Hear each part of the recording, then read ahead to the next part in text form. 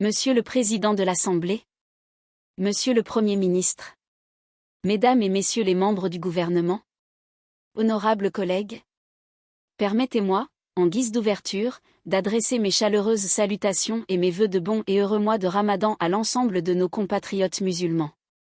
Je souhaite également à nos frères et sœurs de la communauté chrétienne un excellent temps de carême, source de paix et de recueillement. Monsieur le Premier ministre, notre pays traverse actuellement une période marquée par de très vives tensions sociales.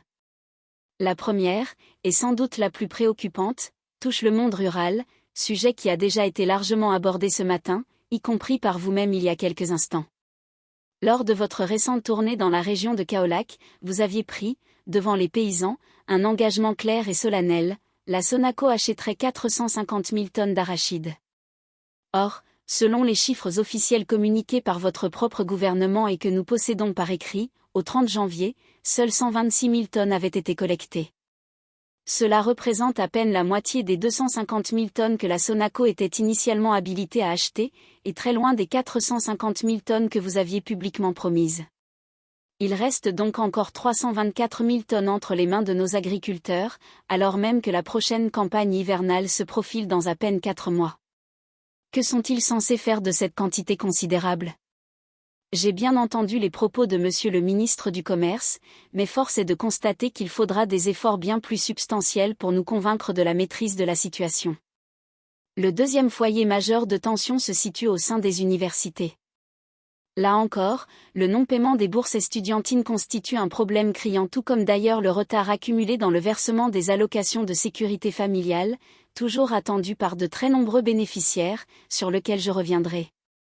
Cette crise boursière a atteint un point culminant dramatique avec l'intervention des forces de l'ordre sur le campus, intervention qui a conduit à la mort tragique et inacceptable du jeune Abdoulaye Béa, dont nous présentons nos plus sincères condoléances à la famille endeuillée.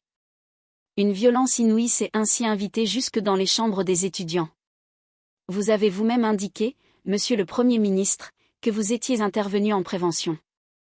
Malheureusement, il faut le reconnaître avec lucidité, le remède appliqué s'est révélé infiniment plus grave que le mal qu'il était censé juguler. Si l'objectif était d'éviter l'incendie du restaurant ou de la bibliothèque, le bilan final est lourd, nous nous retrouvons avec un mort sur les bras. Au-delà de la controverse sur le caractère exigible ou non de ces bourses, débat que j'ai écouté attentivement de la bouche de Monsieur le ministre de l'Enseignement supérieur, l'urgence absolue est désormais de renouer sans délai le dialogue avec la communauté estudiantine. Il est impératif que les cours reprennent au plus vite, c'est ce que l'ensemble du pays attend et ce que nous vous demandons solennellement de rendre possible.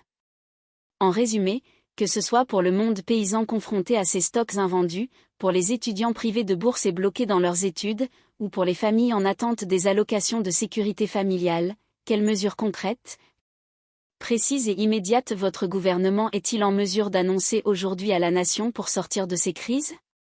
Je vous remercie.